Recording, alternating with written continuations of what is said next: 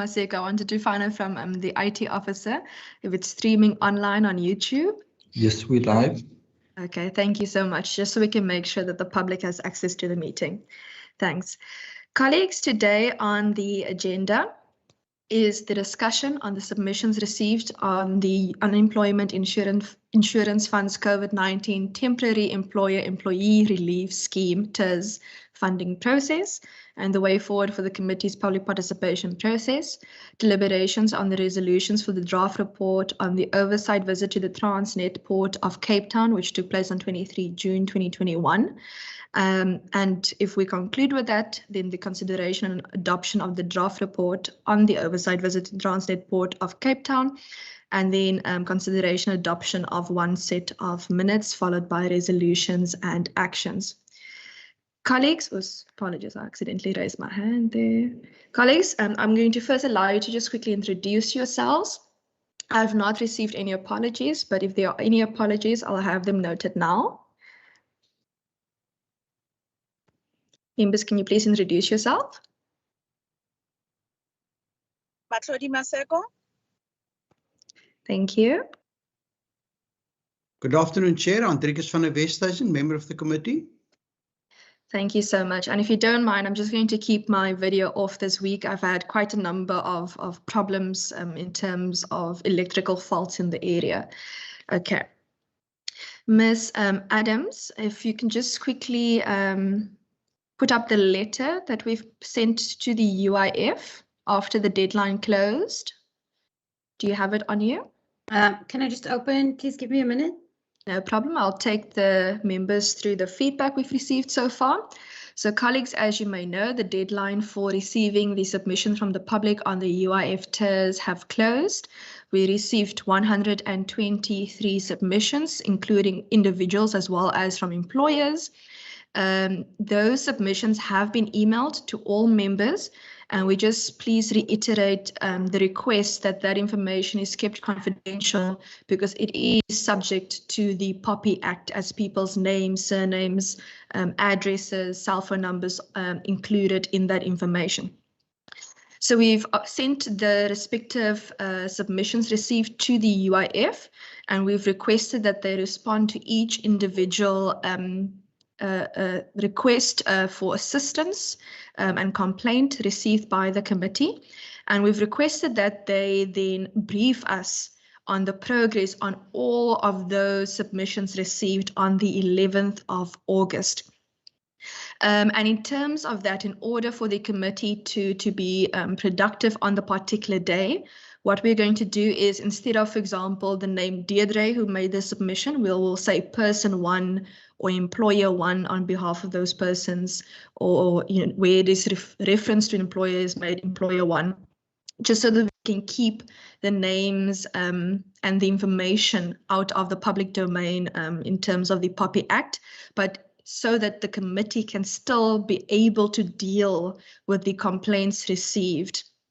And I just also wanted to give feedback that we have not received any request for oral submissions. So the committee will have to decide now today whether or not we're going to schedule an oral submission public hearing. My suggestion in this regard would be that, given we haven't received any requests, that we go forth with the meeting on the 11th with the UIF briefing us, and that should by that date we get any requests, then we can consider on the 11th the feasibility of an oral submission public hearing. But members, I'm going to take input on this matter in this regard at this moment. Thank you.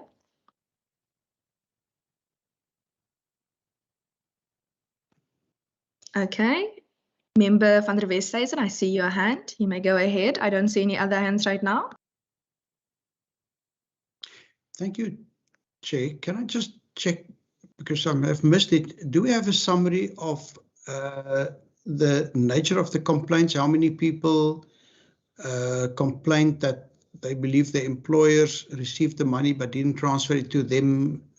How many employers complained that they applied, yet the applications were turned down, etc.? We do not have such a summary.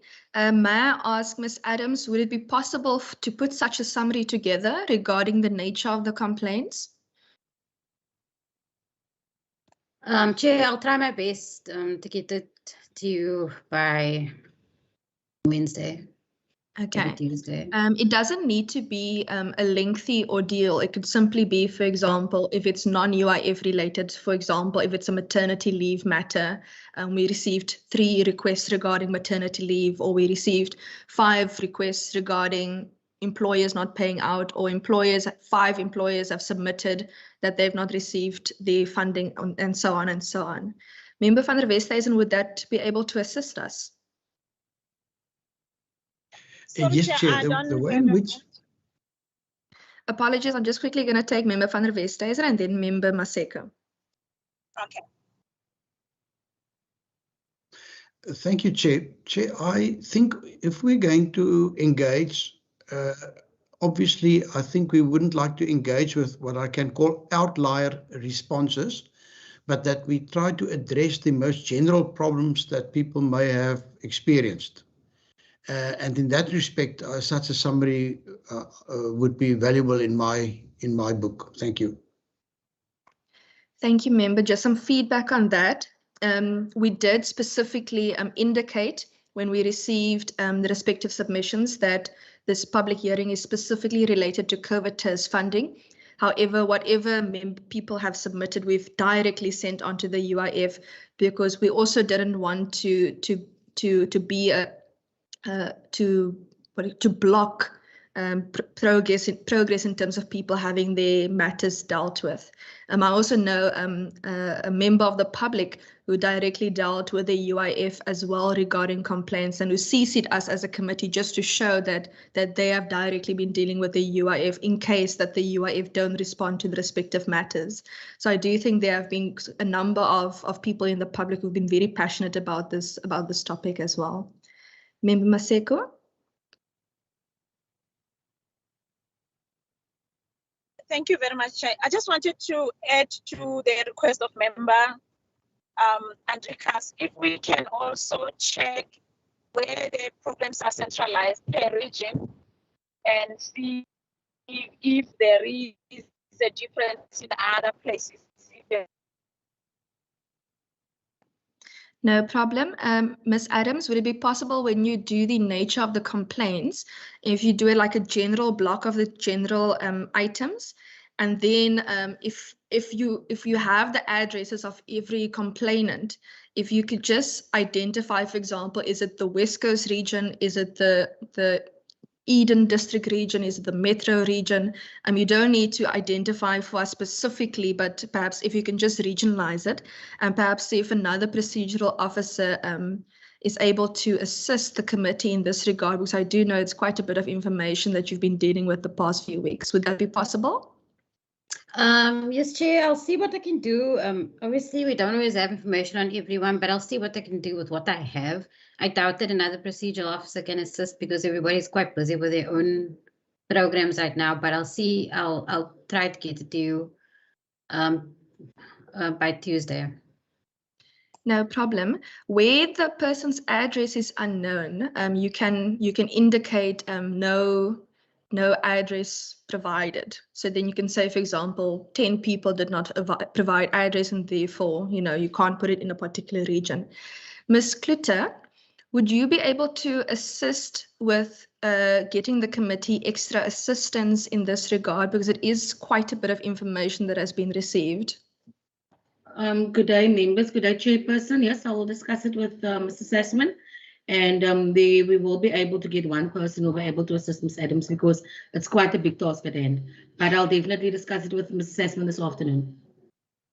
Thank you so much. Okay. Colleagues, are you happy with us then waiting until after the UIF brief us on the progress on the submissions received in order for us to then at that stage decide whether or not a oral submission public hearing is required? Because to date we have not received any request, and that could be for various reasons. It could simply be that people don't necessarily want the public information, or they might not necessarily want to speak and they have the employer here, or have other people here about their personal matters. So I do think it might be prudent just to wait in that regard. In agreement, Chair. Okay, Member van der Westhuizen? Agreed. Thank you, ma'am. No problem. Okay, but colleagues, with that, that is the only thing, only feedback from myself regarding the UIF. So that means we can then move on to the report deliberations.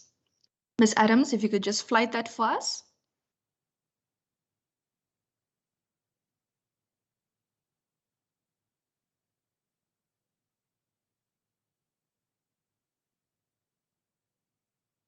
Okay, I'm not sure if it's already flighted. Oh, there we go. Ms. Klute is flighting it for us. If we could just make it a little bit bigger, please. A little bit more bigger. Sorry.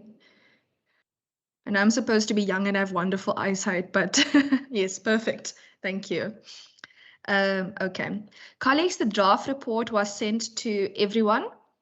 And the draft resolutions so far have been included based on what was requested and spoken about in committee, but we will deal with the resolutions when we get to that particular page. So I'll start with page 1. Members, if you can just check your attendance and names. There we go. Okay. Let's go down. Okay. Are there any edits on page 1? If no edits, we can go to page 2. Okay, let's go down. Okay, we can go down a bit more. Okay, are there any edits on page 2? Chair, if I may. Yes, Member van der Westhuizen. Chair, this at the top of the page, it speaks of the corporatization of the port. Now, my impression was that this was actually in line with legislation or policy.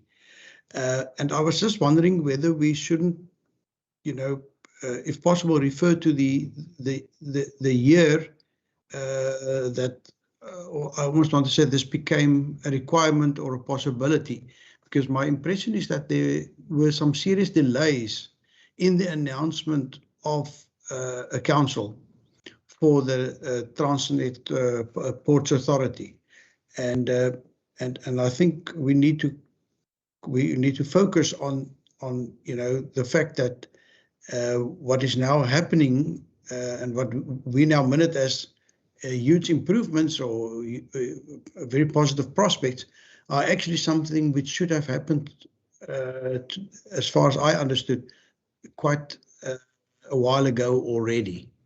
That there was actually a delay in the announcement of this council for the Ports Authority. Okay, in terms of the corporatization of the report, that particular paragraph simply speaks to a factual statement made by the provincial minister based on 2 days prior to that meeting where the president announced, quote, the corporatization of TNPA.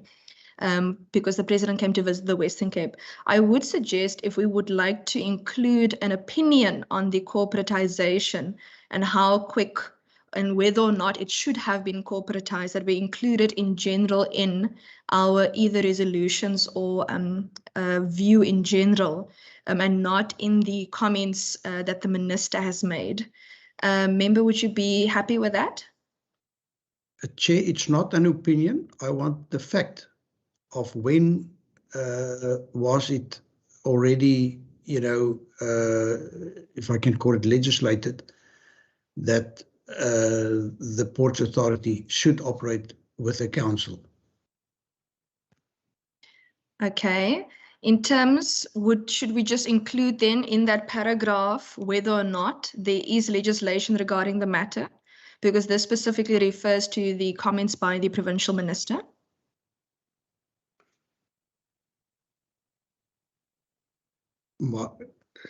Chair, as I've said, the last paragraph on the previous page said attended and provided opening remarks. He indicated that despite the challenges was optimistic. The report had shown significant improvements there. Additionally, an announcement that had been made the previous day, now that was the announcement by the President, that government would be corporatizing the Transnet National Ports Authority.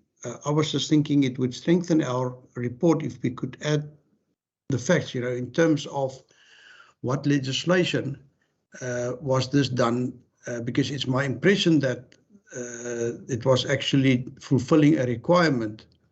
It isn't now such a progressive step to just do what should have been done previously. Now, I don't think a sentence which says additionally an announcement had been made the previous day, and I think it would be good if we could add by the President, that government, that I was thinking is stating fact. But if you say, no, your reading of this is that this is still a summary of Minister Mania's communication to us, obviously then we can't include what he hasn't said, as if he has said that. But my reading of this was not that this was still quoting, I almost want to say, from the minister's speech. No problem. Would it be satisfactory if we include in the sentence announcement had been made by the President? Let's just include that quickly, Ms. Kluter. Ernest, go down. There we go. Had been made by the President or by President Ramaphosa. Yeah, that would be even better. Member Maseko. Chair, when we do the report of the meeting that we had, isn't it? Yes, that is correct. So did Minister Mayor talk about the announcement that the President said? While he did not, to my knowledge, use the words President Ramaphosa, he was referring to the announcement by the President on that particular previous day regarding the corporatization.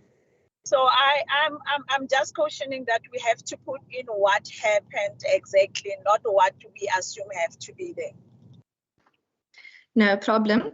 I think we can include the words by President Ramaphosa, and we can always put it into square brackets, the same way an editor would do in newspapers, where you indicate what the person is referring to while not changing the factual information.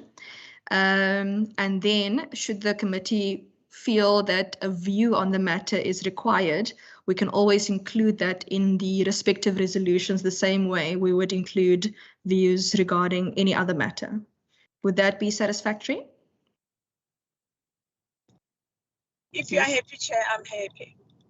No problem. Member van der Westhuizen, would this be able to assist us? Yes, Chair. As I've said, I didn't read it, but as quoting from the minister's speech. But if that is the general consensus, I'll go along. Thank you. Okay. Ms. Kluter, can we just include the word Ramaphosa there? Otherwise, you have to include the word the before President. And if it makes it read better, we can always include square brackets before, by, and after Ramaphosa. And before, by. Yes, and that way it will read as similar to editorial. Okay. Let us go down.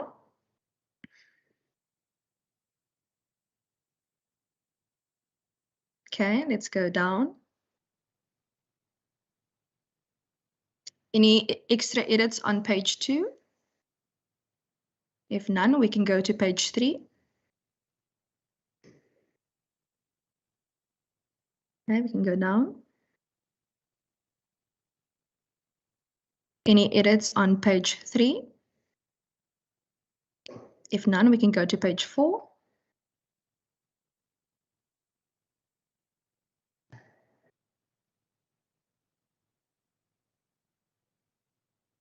Any edits on page 4? If none, we can go to page 5. You can go a little bit slower. Okay, you can go down. Go down.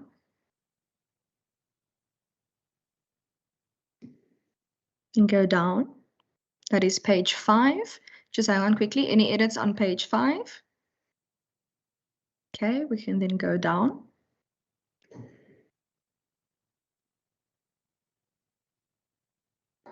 Okay, we can go down.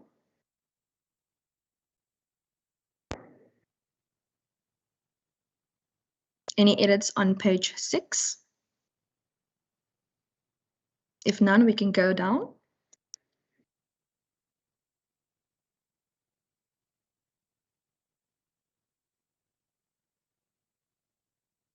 Okay, I'm just going to ask whether there's any edits before point number 6, resolutions, and then we'll deal with resolutions separately.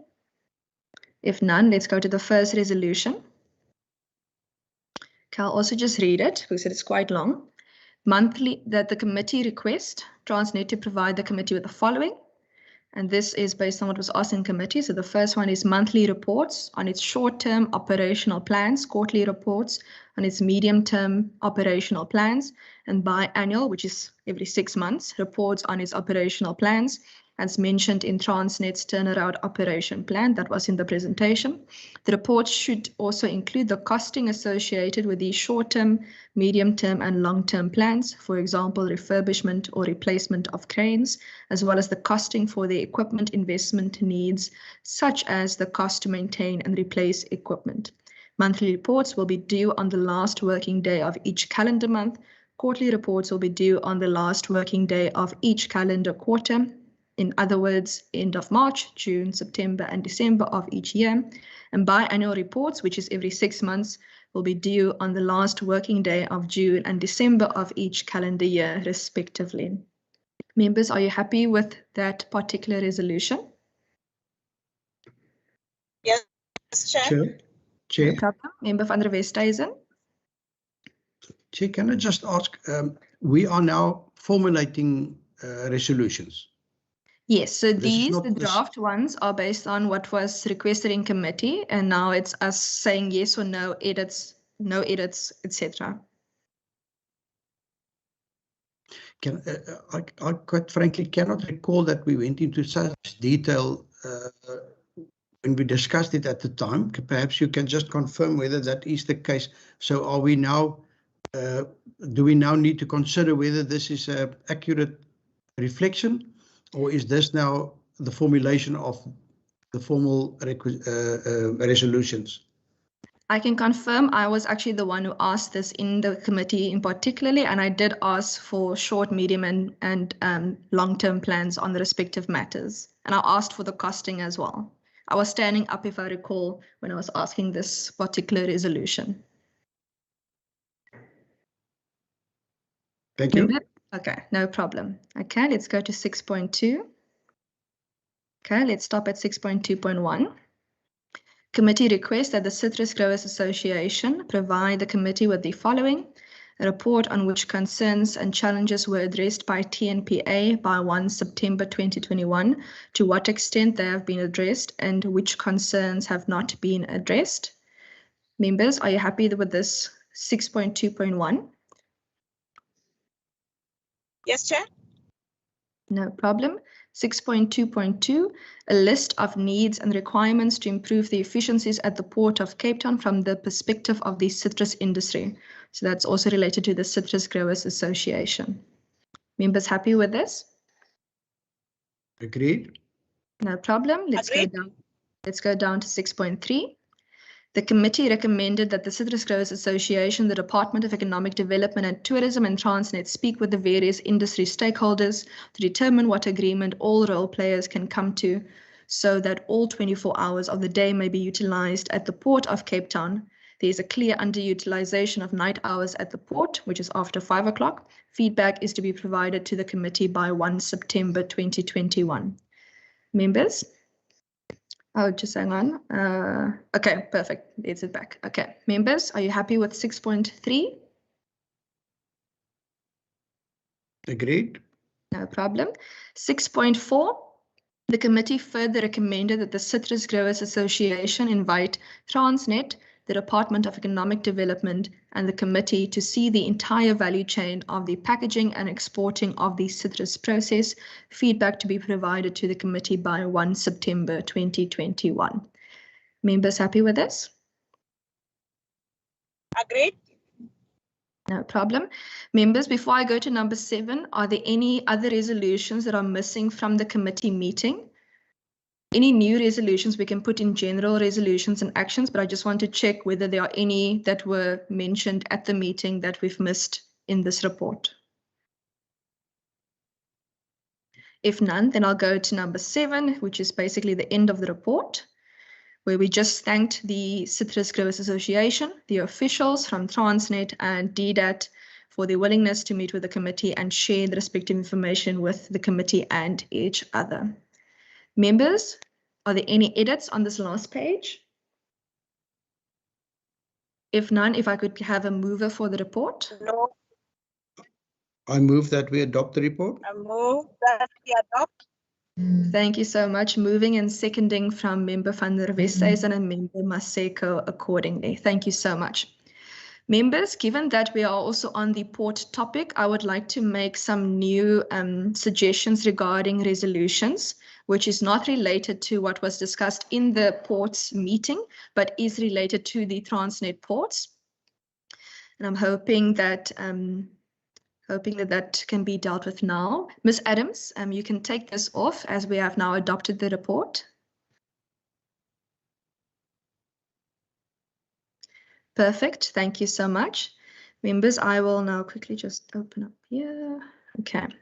Colleagues, I would like to request whether the committee can call upon the World Bank to brief the committee on its Container Port Performance Index 2020, that's the name of the report, which was released in May 2021. The indicators used for rankings in the report, the reasons for the indicators and ranking assigned in the report to the Cape Town, South Africa container port terminals, and recommendations for the TNPA Cape Town Container Terminal and Cape Town Multipurpose Terminal in order to improve its rankings. That is my first request for a general resolution. Members, any input on that? Chair, I'll strongly support that proposal. I think it would be excellent for us to get an objective and perhaps international perspective on the performance of the Cape Town port. No problem. Thank you so much for that support. Member Maseko, would you be happy with that resolution? Yes, I agree with all of the above, Chair. No problem. Thank you so much. I do have a second request to the committee. I would like to find out whether the committee would be satisfied with us calling upon TNPA as well as the relevant national department to brief us on the recent cyber security attack upon the ports, the impact it has had on the Western Cape economy, and what Transnet is now doing in order to deal with the delays at the respective container terminals in the Western Cape. Any input from members on that regard? If not, Yes, okay. I mean, Thank you, Member Maseko. Member van der Westhuizen. Thank you, Chair. Can I just say, it might be difficult to get the impact on the whole of the Western Cape economy, but I am very much interested in the facts around the disruption as far as the port itself is concerned, in terms of, when did it happen, how was it discovered, how many days were they disrupted, and how long has it taken them to be able to catch up with the backlogs, etc., etc. And were there any ships that, for example, were delayed? To what extent were they delayed? Were there any ships that perhaps, decided then not to berth at the Cape Town port or any of the other South African ports for that matter? But since we're particularly concerned about the Cape Town port, I think if we could get a perspective from there, and the one thing that I'm missing is, and what are the steps to ensure that, we don't see a reoccurrence of this. I also believe that there must have been a security gap and I would love to know who are the IT, consultants for Transnet, or is it the internal staff who left the door open for such a cyber attack, and what steps are being done to prevent this from happening again? Thank you. Okay. No problem. We can amend the request to say possibly the nature and reason for the cyber attack on the ports, the impact possibly on the Cape Town port terminals, and what Transnet is doing to ensure that such a breach does not occur again. And then we can possibly use the subsections of your questions just to send to them when they do the actual presentation. Would that be satisfactory? Absolutely. Thank you. Thank you for accommodating that. No problem. Member Maseko?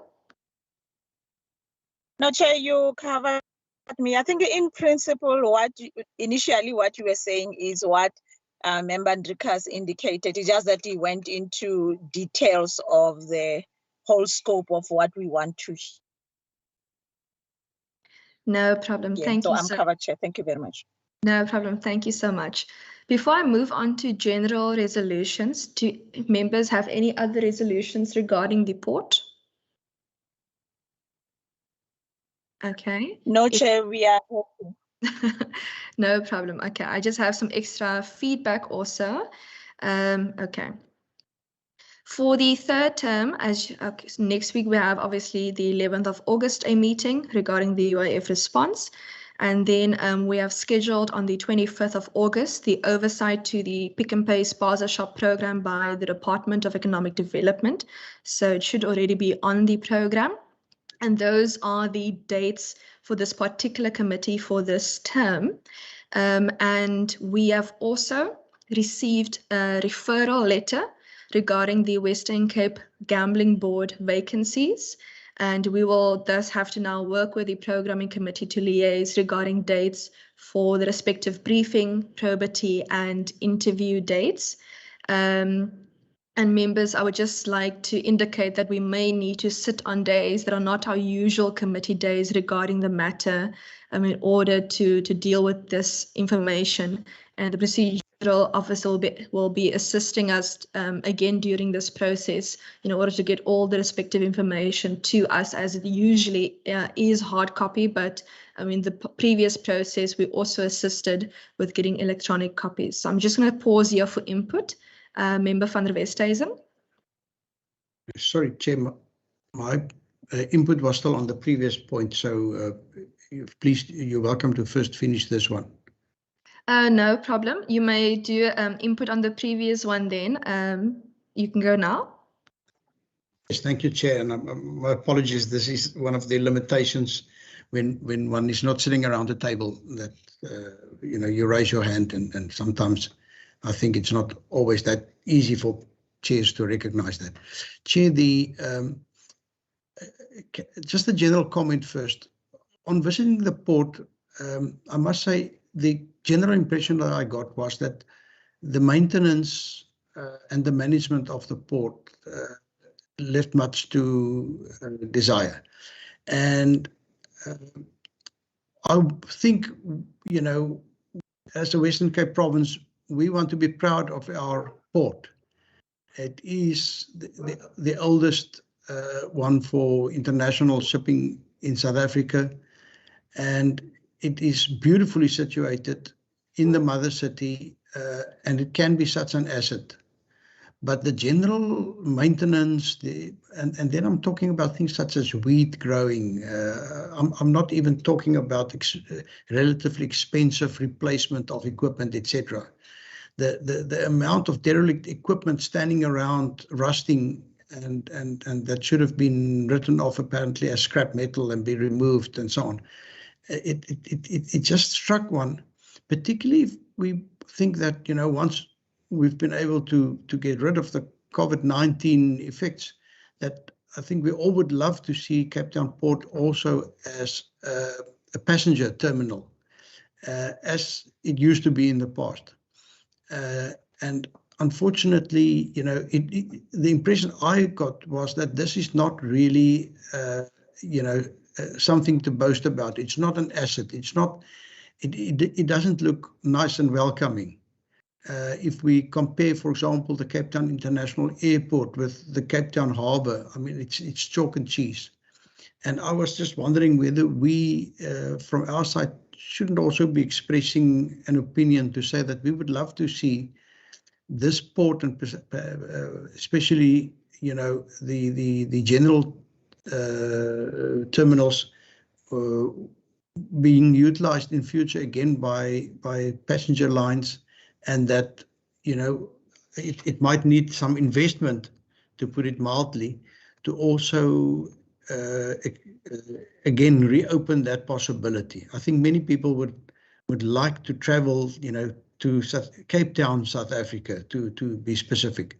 I do know that our weather does make it more difficult for people that must catch flights or travel onward from here, but I think we must express an opinion on the need for upgrading, the need for closer management, and the need for maintenance in the Cape Town port. Thank you.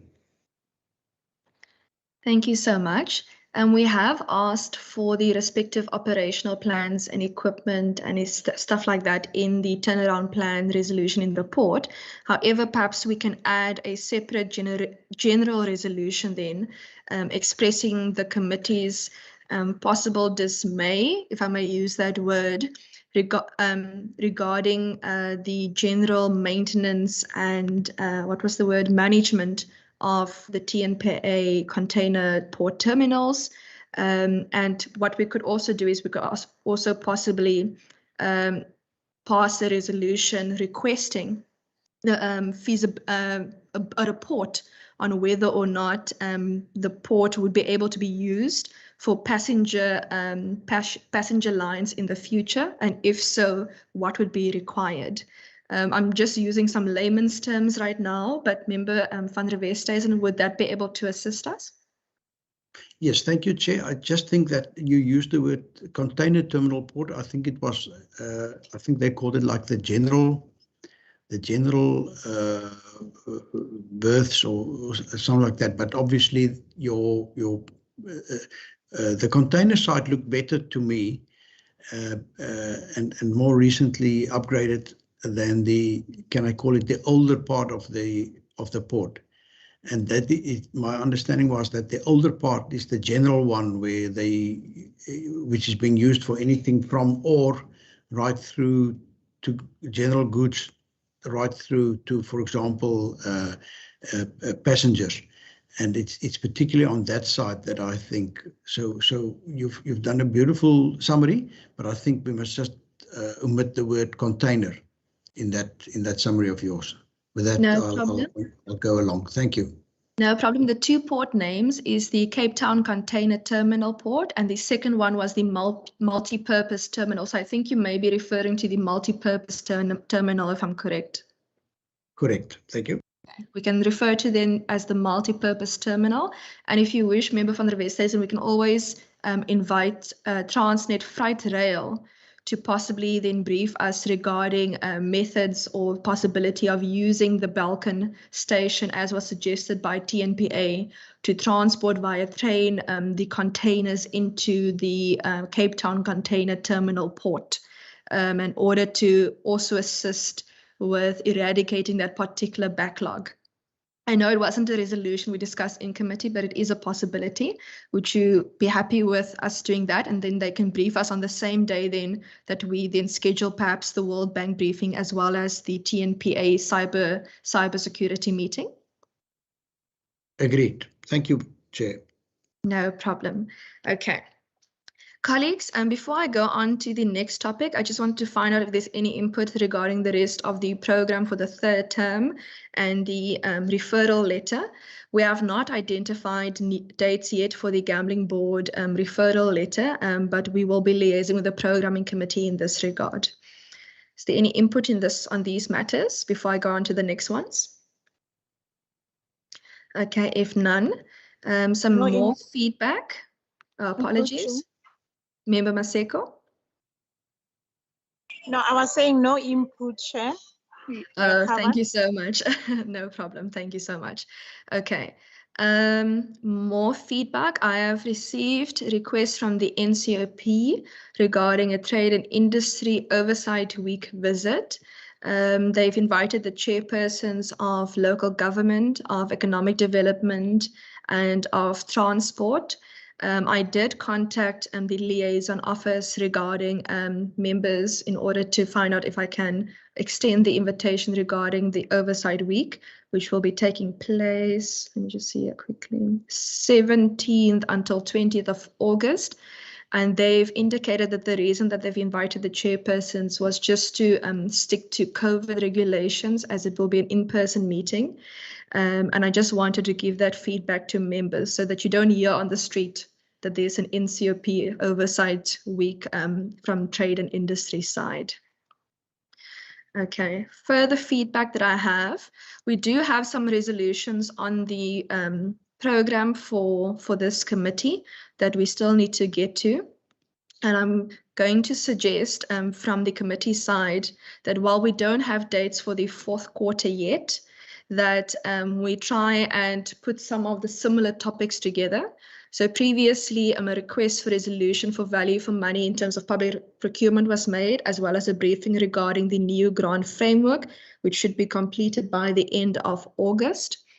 And my suggestion is then that we not only put these together into one meeting, but we also put together a briefing then on the annual public procurement report, disclosure report by the Western Cape government, which is the first of its kind in the country. Would members be happy if we would combine those particular matters? Okay, I'm assuming it's a yes. The next, okay, thank you so much. Another resolution we still need to complete is we need to reschedule our oversight to Petro SA in Mossel Bay. And we also have a resolution on the book still to invite the Minister of Mineral Resources and Energy regarding the gas program plan and the IPP office and the respective plan. Would it be okay with members if we combine that particular briefing and possibly even have it in Mossel Bay when we reschedule the Petro SA one? Okay, I'm going to see. Chair, earlier this week, another committee also raised the possibility of a visit to the Southern Cape. And perhaps, if you wouldn't mind, we must look at the possibility of combining those visits, if possible. No problem. I would be happy with that, because if we're going to be in the region anyway, why not go and see more things? Any input on that? I'm in agreement, and I think it's my committee also. No problem. It helps when people are on the similar committees. Thank you so much. Okay, let me just quickly go to some of the other matters that we still need to deal with. Okay, for the Cluster Oversight Week, there's an upcoming Cluster Oversight Week, and the cluster has indicated that we would possibly like to focus on infrastructure. Previously in the committee, I did indicate that we were going to have in February 2020, yes, sorry, an oversight visit then in that cluster week regarding an informal trading project by DDAT in the Cape Agulhas area, as well as visiting the work and skills placement project at Floraland. And the request is now that instead of creating a new program that for cluster week, we request that we then simply reschedule these particular programs for cluster week, depending on the respective dates as well. Would members be happy with that? Very happy, Chair. No problem. Thank you so much. Okay. Colleagues, we also have a resolution regarding mobile payment systems and briefing regarding the rural areas and assistance to small businesses. My suggestion is that when we do this particular briefing, that we combine it with a briefing on the Cape Town Tourism Recovery Plan. This plan has already been passed by the respective council as well as budgeted for. And given that the metro region is the biggest region in terms of a council, I think it would be very helpful as to know what that particular tourism recovery plan looks like, similar to what we requested from Mossel Bay and George when we went on oversight last week. Would members be happy with this? Going once, going twice. Yes, Sold. Chair. Agreed. Okay.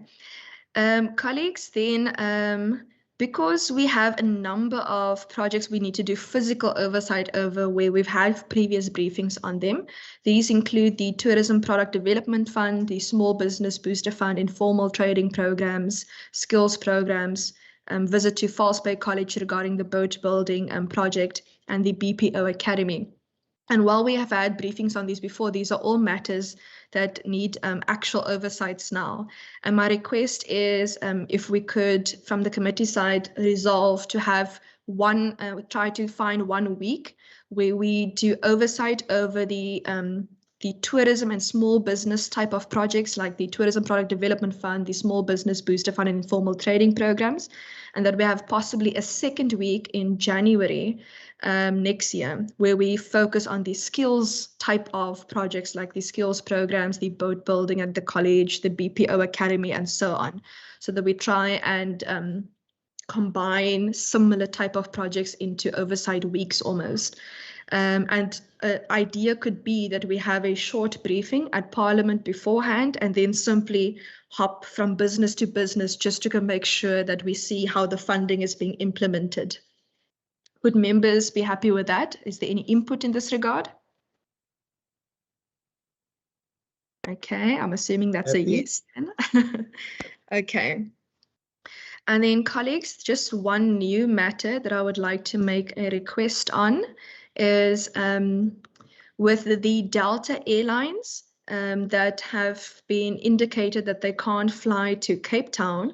I would like to request that we get a briefing on this particular matter, but that we possibly combine this then with full permits and a briefing by Wescra on the respective film permits in the Western Cape and attracting the film industry to the Western Cape. And that we also combine this with a briefing regarding remote working visas, electronic visas, and possibly then the issuing of passports. And this might go across respective departments, for example, DDAT and Wescro, possibly asking the committee on the Premier if we can combine with the Department of Premier with them possibly, as this might even include Home Affairs briefing us on the respective matters. Members, any input on this, given that this is a new matter compared to the rest? Okay, if no input, I'm going to assume it's okay then that we go forward to receive briefings on the matters. Correct. Okay, perfect. Thank you so much. Members, that's all the feedback from my side and requests. Is there anything new from members that you would like to raise now? Not from my side, thank you, Chair. Nothing. Thank you so much. Colleagues, thank you so much for accommodating us on the graveyard shift of this Friday. With that, there's nothing else for the committee to deal with, so the meeting is adjourned. Stay safe and stay warm. Goodbye. Thank you, Chair.